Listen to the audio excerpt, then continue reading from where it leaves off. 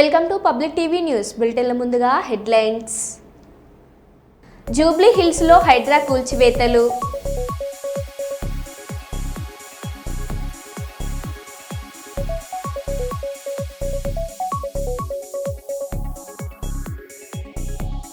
తిరుమల కళ్యాణ మండపంలో నమాజ్ చేసిన ఓ వ్యక్తి.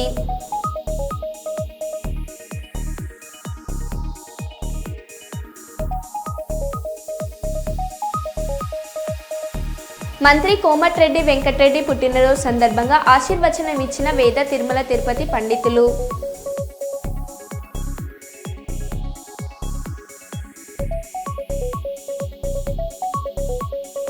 ఆపరేషన్ సింధూర్లో దాగి ఉన్న అసలు నిజాలతో అన్ని కోణాలను బహిర్గతం చేయాలి సిపిఐ న్యూ డెమోక్రసీ.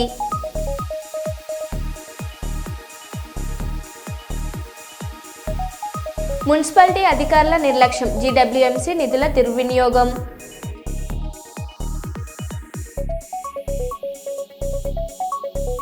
సుల్తానాబాద్ పట్టణంలో కేడీసీసీ బ్యాంక్ నూతన భవన ప్రారంభోత్సవం.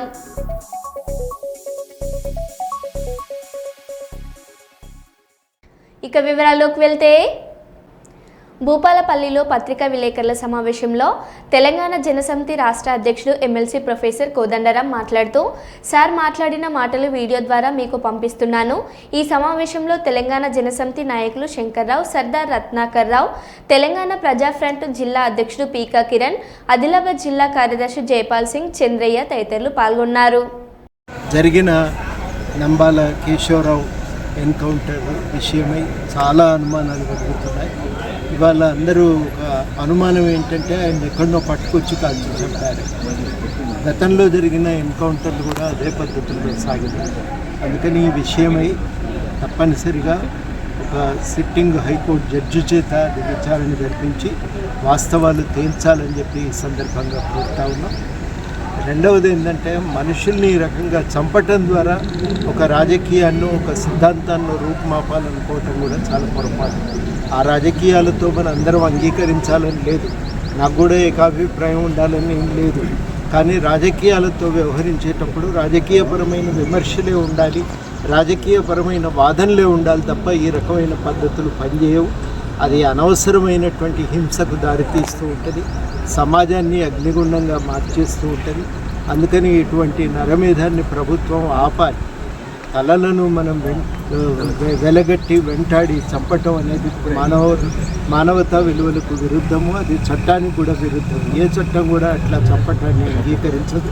అందుకని ఈ ఎన్కౌంటర్ను ఖండిస్తూ తప్పనిసరిగా దీనిపై విచారణ జరిపి వాస్తవాలు తేల్చాలని శాంతి చర్చలు జరిపి నక్సలైట్లు కోరుకుంటున్నారు కూడా. ఇవాళ శాంతి చర్చలు జరపమని మావోయిస్టులు శాంతి చర్చలకు సుముఖంగా ఉన్నారు, ప్రకటన చేశారు. కాబట్టి శాంతి చర్చలు జరిపి ఈ మొత్తంగా అక్కడ ఛత్తీస్గఢ్లో శాంతిని పెంపొందింపజేయాలని, ఈ రకమైన నరమేధాన్ని ఆపాలని ఈ సందర్భంగా నేను కేంద్ర ప్రభుత్వానికి విజ్ఞప్తి చేస్తాను. అక్కడ ఇప్పుడు సిపిఐ న్యూ డెమోక్రసీ కేంద్ర కమిటీ పిలుపులో భాగంగా ఈ నెల 18 నుండి 24 వరకు పహల్గామ్ హత్యలపై పూర్తిస్థాయి విచారణ జరపాలని, ఆపరేషన్ సింధూర్లో దాగి ఉన్న అసలు నిజాలతో అన్ని కోణాలను బహిర్గతం చేయాలని డిమాండ్ చేస్తూ నిరసన ఆందోళన కార్యక్రమాలకు పిలుపునివ్వడం జరిగింది. ఈ పిలుపులో భాగంగా ఎన్టీపీసీ అంబేద్కర్ చౌరస్తా వద్ద సిపిఐ న్యూ డెమోక్రసీ ఆధ్వర్యంలో నిరసన కార్యక్రమాన్ని చేపట్టడం జరిగింది.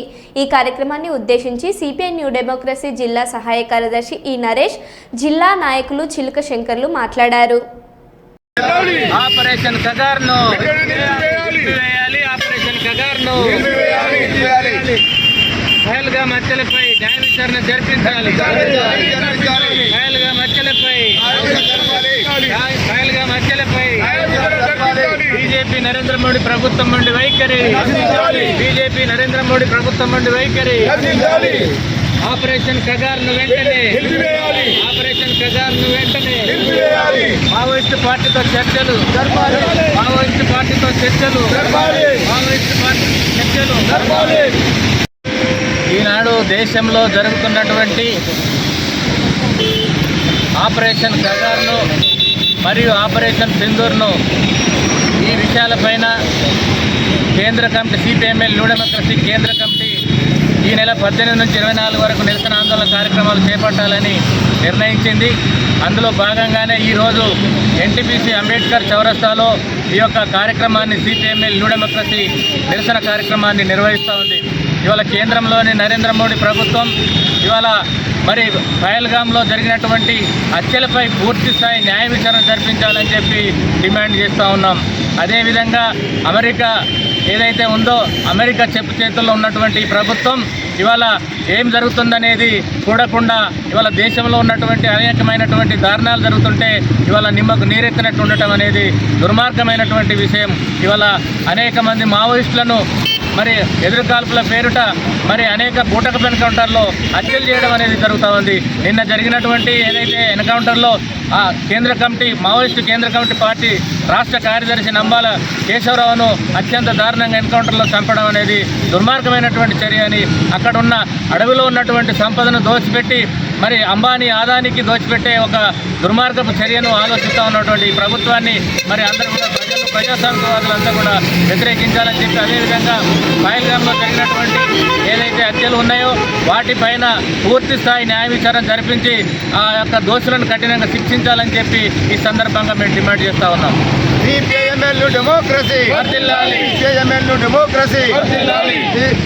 బీజేపీ ప్రభుత్వం మొండి వైఖరి, కేంద్ర ప్రభుత్వం మొండి వైఖరి, కాల్పులను వెంటనే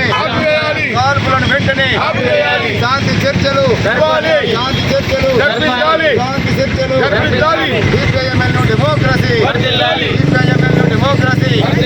కేంద్రంలో బీజేపీ ప్రభుత్వం మొండి వైఖరి, తిరుపతి జిల్లా చంద్రగిరి నియోజకవర్గంలో మిట్టపాలెం పంచాయతీ శ్రీనివాస మంగాపురం గ్రామంలో టీడీపీ గ్రామ కమిటీ ప్రెసిడెంట్ రాజారాయల్ మరియు గ్రామస్తుల ఆధ్వర్యంలో దేశం కోసం ప్రాణాలర్పించిన మురళీనాయక్ మరియు ఇతర సైనికులకు నివాళులర్పించడం జరిగింది. మరియు అదే గ్రామంలో పదవి విరమణ పొందిన సైనికులను ఘనంగా సన్మానించడం జరిగింది. ఈ సందర్భంగా రాజారాయల్ మాట్లాడారు.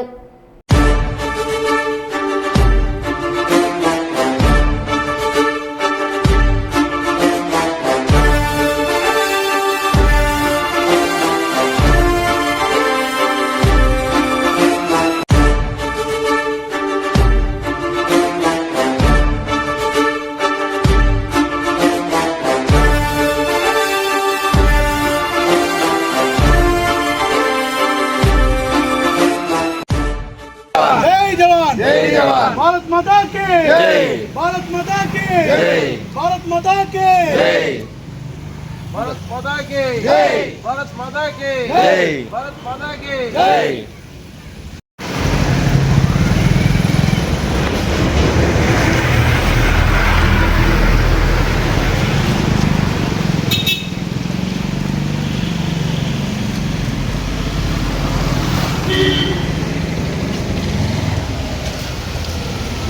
పశ్చిమ నియోజకవర్గ అభివృద్ధి కార్యక్రమంలో భాగంగా 9వ వార్డు మరియు 4వ వార్డు సుధానగర్, లోటస్ కాలనీ, యాదవ నగర్లలో అంతర్గత రోడ్ల నిర్మాణం మరియు సైడ్ డ్రైన్ల నిర్మాణం కోసం 50 లక్షలతో చేసిన వరంగల్ పశ్చిమ నియోజకవర్గ శాసనసభ్యులు శ్రీ నాయన్ రాజేందర్ రెడ్డి, నగర మేయర్ శ్రీమతి గుండు సుధారాణి శంకుస్థాపన చేశారు. వర్షాకాలం ప్రారంభం దృష్ట్యా నగరంలో ఏబీసీ కేటగిరీలుగా ప్రాంతాలను ఎంపిక చేసిన అత్యవసర కాలనీలకు త్వరితగతిన పనులు పూర్తి చేసే పనిలో భాగంగానే శంకుస్థాపనలు చేపడుతున్నామని ఎమ్మెల్యే నాయని అన్నారు.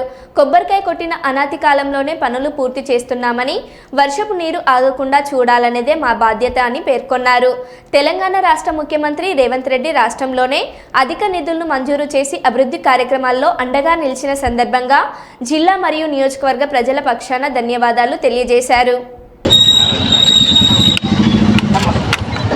ఒక్క నిమిషం ఆగే, కొబ్బరికాయ కొట్టేటప్పుడు ఇయ్యకులట్లా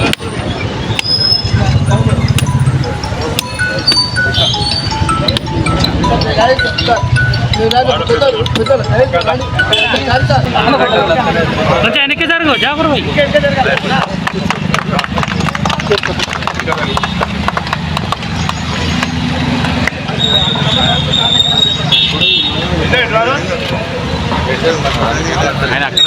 థ్యాంక్ యూ సార్.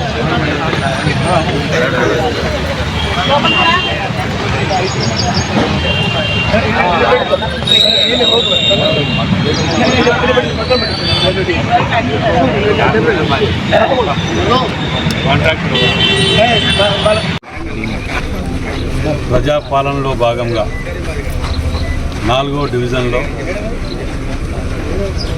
అభివృద్ధి కార్యక్రమాలలో పాల్గొంటూ శంకుస్థాపనలు చేస్తూ వాటిని వర్షాకాలం రాకముందుకే కంప్లీట్ చేయాలనే ఆలోచనతోటి గత సంవత్సర కాలం నుంచి ఎక్కడ కూడా రోడ్లు ప్రారంభించి వారము 10 రోజులలోనే అవి కంప్లీట్ చేసి ముందుకు పోవటం జరుగుతున్నది. మరి ఎక్కడెక్కడైతే నీళ్లు నిల్చుంటున్నాయో, ఎక్కడెక్కడైతే లోతట్టు ప్రాంతాలకు ఇళ్లకు నీళ్ళు వస్తున్నాయో వాటిని ఏ కేటగిరీ, బి, సి కేటగిరీలు చేసి వాటిని ఎక్కడ కూడా నీళ్లు నిల్వకుండా చేయటం ప్రయత్నంలో మేము ముందుకు వెళ్తున్నాం. దానిలో భాగంగానే 4వ డివిజన్కు రావటం జరిగింది. ఈ 4వ డివిజన్లో కూడా 3 వర్క్లను ఇవాళ ప్రారంభించడం జరిగింది. మరి రోజు ఒక డివిజను, 2 డివిజన్లలో ప్రారంభోత్సవాలు కోట్ల రూపాయల కొద్ది రేవంత్ రెడ్డి గారు ఇలా వరంగల్ జిల్లాకి ఇచ్చిన నిధులు ఇక్కడ నాకు తెలిసి ఏ జిల్లాకు కూడా ఇవ్వలేదు కావచ్చు. అన్ని నిధులు ఇవ్వటం వలన ఇవాళ హనుమకొండలో ఎక్కడ కూడా నీళ్లు నిల్వకుండా 95% మీదనే నీళ్లు నిల్వకుండా చేయగలిగినాం అనేది ఈ సంవత్సరంన్నర కాలంలో నిజంగా సంతోషకరమైన విషయం. మరి ఇంకొక ఆ 5%ను కూడా అతి త్వరలోనే డివిజన్లలో మేము తిరుగుతూ, ఇక్కడ గతంలో మేము పాదయాత్రలు చేసినప్పుడు కానివ్వండి, ఇంకోటి మన గతంలో ఎలక్షన్లు గెలిచిన తర్వాత కూడా మేము డివిజన్లు కొన్ని తిరగడం జరిగింది. అక్కడ ఉన్న వాటిని కూడా మేము కర్నూలుకు మంచి రోజులు వచ్చాయి. బిజినెస్కు చాలా అవకాశాలు ఉన్నాయి. కర్నూలు ప్రజలు కర్నూలులోనే పెట్టుబడులు పెట్టాలి. ప్రాపర్టీ బిల్డ్ టెక్ షోను ప్రజలు సద్వినియోగం చేసుకోవాలి. 60 మంది బిల్డర్లు పాల్గొంటున్నారు. కర్నూలును గేట్వేతో సౌత్ ఇండియా చెప్పడానికి ఎన్నో కారణాలు చెప్పవచ్చని పారిశ్రామికవేత్త రాగమయూరి బిల్డర్ అధినేత కేజిరెడ్డి వెల్లడించారు. ఈ రోజు కర్నూలు నగరంలోని గాయత్రి ఎస్టేట్లోని రాగమయూరి బిల్డర్ కార్యాలయంలో కేజిరెడ్డి విలేకరులతో మాట్లాడారు. ఎందుకంటే చాలా కొత్త ప్రాజెక్టులన్నీ లాంచ్ చేయడం జరిగింది కర్నూలులో. అపార్ట్మెంట్లు అనుకోండి, విల్లాస్ అనుకోండి, అలాగే ఓపెన్ ప్లాట్స్ కూడా. కర్నూలులో ఇప్పుడు బిజినెస్ చేయడానికి చాలా అవకాశాలు ఉన్నాయి. ఎందుకంటే గవర్నమెంట్ ఆఫ్ ఆంధ్రప్రదేశ్ ఎన్నో డెవలప్మెంట్ కూడా టేకప్ చేయడం జరిగింది కర్నూలులో. మీ అందరికీ తెలుసు, government of India Orvakal industrial smart సిటీని అనౌన్స్ చేయడం జరిగింది. అలాగే 2800 కోట్లు విడుదల చేయడం కూడా జరిగింది. దాంట్లో ఒక డ్రోన్ హబ్ కూడా వస్తుంది కర్నూలులో. అట్లాగే ఎలక్ట్రానిక్ వెహికల్ పార్క్ కూడా ఒకటి వస్తుంది. సెమీ కండక్టర్ ఇండస్ట్రీ, యాక్చువల్గా సెమీ కండక్టర్ ఇండస్ట్రీ చాలా పెద్ద ఇండస్ట్రీ మన కర్నూలుకి. అది కూడా స్టార్ట్ అయిపోతుంది తొందరలో. కర్నూలుని బేసిక్గా మనం మొదటి నుంచి కూడా చాలామంది గేట్వే టు రాయలసీమ అంటారు. కానీ మేము మాత్రము ఇప్పుడుండే పరిస్థితుల్లో Kurnool gateway to south India అంటాను నేను. ఎందుకంటే మనకున్న వనరులు అటువంటివి. కర్నూలుకి ఇప్పుడు 4 నేషనల్ హైవేస్ ఉన్నాయి. అలాగే వందే భారత్ ఎక్స్ప్రెస్ కూడా ఉంది మనకు బెంగళూరు నుంచి హైదరాబాద్కు. ఎయిర్పోర్ట్ కూడా బ్రహ్మాండంగా వర్క్ చేస్తుంది. ఇప్పుడు మీ అందరికీ తెలుసు, విజయవాడ కూడా ఒక ఫ్లైట్ వేయడం జరిగింది. ఇవన్నీ చూసుకుంటే కర్నూలు అభివృద్ధి చెందడానికి అన్ని అవకాశాలు ఉన్నాయి. పాతకాలంలో రత్నాల సీమ అంటుంటిమి.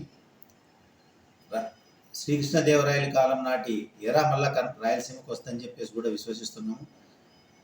ప్రజలందరికీ కూడా ఒకటే విజ్ఞప్తి చేస్తున్నాను, మీ ఇన్వెస్ట్మెంట్ దయచేసి మీరు కర్నూలులోనే చేయండి. కర్నూలుకి అభివృద్ధి అవకాశాలు ఉన్నాయి కాబట్టి మీ ఇన్వెస్ట్మెంట్ డబల్ అవడానికి, ట్రిపుల్ అవడానికి కూడా చాలా అవకాశాలు ఉన్నాయి. అందరికీ ఒకటే విజ్ఞప్తి చేస్తున్నాను, ప్రజలందరికీ. ప్రాపర్టీ షో అందరికీ ఉచిత ప్రవేశం ఉంటుంది.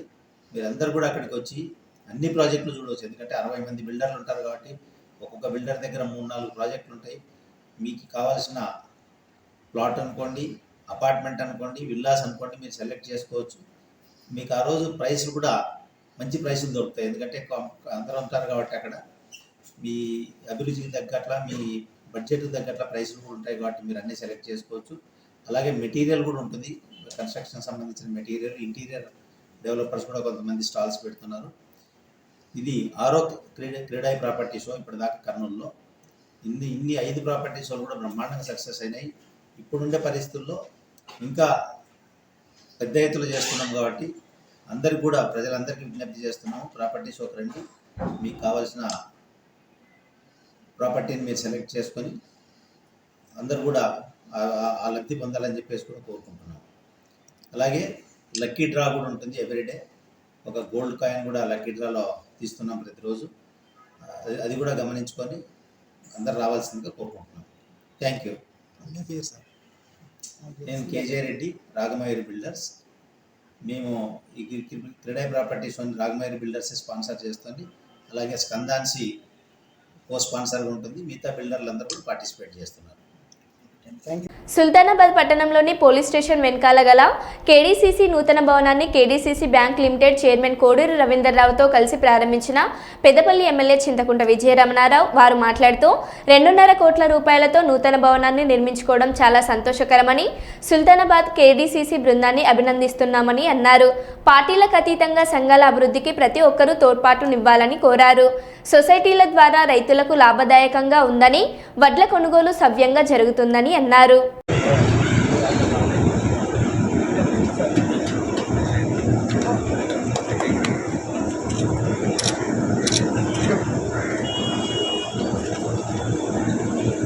మేనేజర్ సత్యనారాయణరావు గారికి, మోహన్ రావు గారికి, డిసిఓ శ్రీమాల గారికి, వేదికను అలంకరించినటువంటి గౌరవ సింగిల్ విండో చైర్మన్లకు, ఈ కార్యక్రమంలో పాల్గొన్నటువంటి రైతు సోదరులకు, అదే మా ఎమ్మెల్యేలకు కూడా చెప్పి అటువంటి ప్రాబ్లం కూడా చేస్తాం.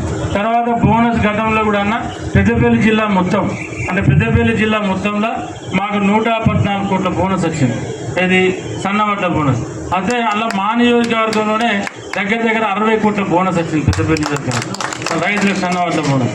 మళ్ళీ ఇవాళ కూడా ఏసంగి బోనస్ ఎప్పుడైతే ప్రభుత్వం డిక్లేర్ చేసినాక మరీ ముఖ్యంగా ఓపీ వడ్లకు అంతకుముందు 2350, 2400 ఇస్తారు క్వింటల్. ఇవాళ 2800 క్వింటల్కి ఇచ్చి బాధతో జోక్కపోతా ఉన్నారు. మీరు రమేష్ కూడా ఆయన కూడా రైతు. తర్వాత మేల్ ఫీమేల్ వీళ్ళ మండలికి వెళ్ళి జమ్మికుంట, ఇల్లంతకుంట, హుస్నాబాద్, ఈ రమేష్ వాళ్ళ ప్రాంతంకి వెళ్ళి మా ప్రాంతం వచ్చింది 22 ఏళ్ల కింద మేల్ ఫీమేల్ కూడా మా ప్రాంతం అంతా 11 రకాల విత్తనాలు పెడతారు. ఇది నూజివీడు కావచ్చు, కావేరి కావచ్చు, గోదావరి కావచ్చు, తర్వాత సింజంట కావచ్చు, పేరు కావచ్చు, అంటే ఇట్లా చెప్పుకుంటే పైనీర్ కావచ్చు, 11 రకాల విత్తనాలు పెడతారు. ఫస్ట్ టైం రవీంద్ర అన్న అంటే మీకు కూడా దానిగా కొంత అవగాహన ఉంటుంటుంది, ఎందుకంటే ఒక రైతు బిడ్డగా. అయితే మేల్ ఫీమేల్ ఎక్కువ మనం ఉమ్మడి కరీంనగర్ జిల్లాలోనే పండుతుంది. అంటే రాష్ట్రం మొత్తంలో కూడా ఉమ్మడి ఆంధ్రప్రదేశ్ కూడా ఇక్కడ పండదు, వేరే రాష్ట్రాల్లో పండదు. అది ఇక్కడ వండించి వాళ్ళు ఇక్కడ నుంచి నార్త్ అటు ఇటు అంతా ఇక్కడ నుంచి వెళ్ళి సప్లై అయితే మనం పండించిన వాళ్ళు. అంతకుముందు ఎప్పుడైనా కూడా వాళ్ళే డామినేషన్ ఉండు రైతు మీద. రైతు ఒక 2 ఎకరాలు అడితే పోగా ఈయన కూడా కొద్ది రోజులు చేసిన చేయలేను, ఇప్పుడు చేస్తున్నా. అయితే వాళ్ళు కూడా ఎకరం ఇచ్చి గిద్దే పో అని చెప్పారు. తర్వాత ఏమైనా పంట పోయినా ఏమైనా వైరస్ వచ్చి పంట వెళ్ళకున్నా కూడా మనం వాళ్ళ చుట్టూ తిరిగినా కూడా వాళ్ళు రైతులను ఇబ్బంది పెడతారు. ఎన్నోసార్లు నేను కలెక్టర్కు, మంత్రుల దగ్గరికి వెళ్ళి వాళ్ళ కోసం కొట్టాడిన సందర్భం. కానీ మొట్టమొదటిసారి రైతులకు ఎప్పుడైతే ప్రభుత్వం బోనస్ ప్రకటించిందో, ఇప్పుడు నేను చెప్పినటువంటి అన్ని రకాల ఇవాళ ఒక్క క్వింటాల్ వాటి కన్నా 2000 నుంచి 4000 పెంచారు. 2000 రూపాయల నుండి 4000 రూపాయలు ఒక క్వింటాల్ పెంచారు. పెంచడంతో పాటు ఆయన కూడా ఇక్కడనే ఉన్నాడు కదా, నువ్వు ఏ కంపెనీ చేస్తున్నావు? నువ్వు కంపెనీ ఆ టాటా చేస్తున్నావు. ఫస్ట్ టైం రైతు దగ్గరికి వచ్చి ఏజెంట్లను వీళ్ళ ఫీల్డ్ ఆఫీసర్లు వచ్చి దావతులు పెట్టి రైతులకు బదిలాడి మీరు బోనస్ అంటే అటు పోకుండా ఇదే పెట్టుదని చెప్పి ప్రతి రైతుకు ఎకరానికి 80,000 రూపాయలు అంత పంట రాకపోతే మేమే మీకు ఆ నష్టపరిహారం కట్టిస్తామని చెప్పి బాజాప్తా అగ్రిమెంట్ రాసి సంతకాలు పెట్టి రైతులకు ఇచ్చి మళ్ళీ ఈసారి ఆ దేవుని దేవాలయ పంట కూడా బాగా వెళ్ళింది బ్రహ్మాండంగా. రైతులు మా దగ్గరనైతే నాకు తెలిసి అంటే రాష్ట్రం అంతా వెళ్ళొచ్చు, మీ ఉమ్మడి జిల్లా అంతా వెళ్ళొచ్చు, కానీ మా దగ్గర మాత్రం నాకు తెలిసి నాకు 58 ఇయర్స్ ఉంటాయి. నాకు ఈ 45 సంవత్సరాల నుంచి ఇంత పంట నేను ఎన్నడూ పోలేదు. ఫస్ట్ టైం చూస్తున్నా. ఇలా మా కాపులపల్లి నేను సంటలు పోతే 42 క్వింటాలు తినేవాళ్ళు. సన్నవాళ్ళు 42 క్వింటాలు అంటే నేను ఒక ఎకరాన 42 క్వింటాలు. ఆ రైతును పిలిపించి ఎన్ని ఎకరాలు మొత్తం లెక్క వేస్తే ఒక్క ఎకరానికి 60 బస్తాలు వెళ్ళాయి. మన 70 కిలోల బస్తాలు 60 బస్తాలు 62 42 క్వింటాలు. అంటే మనం 32 క్వింటాలకే మనం సొసైటీ నుండి మనకు పర్మిషన్ ఉంది. మనకు 32 క్వింటాలంటే మా జిల్లా కలెక్టర్తో మాట్లాడి ప్రతి రైతుకు 30 నుండి 35, 38, 40 కిలో ఇట్టలేదు. మళ్ళీ వాళ్ళకు 32 క్వింటాలు దాటి రైతు అమ్ముకోవాలంటే వేరువేరు పేర్ల మీద అమ్ముకోవాల్సిన పరిస్థితి. దానికి కూడా మళ్ళీ కలెక్టర్ గారితో మాట్లాడి ఆ ప్రాబ్లం మా నియోజకవర్గం వస్తే దాన్ని కూడా వెసులుబాటు చేసి రైతుల వడ్లం ఇచ్చినాం, కటింగ్ లేకుండా చేసినాం. ఎక్కడ చిన్న ప్రాబ్లం లేదు. దానికి మా దగ్గర మీ బ్యాంకులు కూడా బాగానే పనిచేసారు, మీ సిఓలు బాగానే పనిచేసారు. మా దగ్గర ఐకేపీ సెంటర్లు ఎక్కడైతే మా మహిళా తల్లులు నడిపిన సెంటర్ ఉన్నారు అక్కడక్కడనే చిన్న చిన్న ప్రాబ్లమ్స్ వచ్చాయి. కానీ కోఆపరేటివ్లు ఎక్కడ కూడా రాలేదు.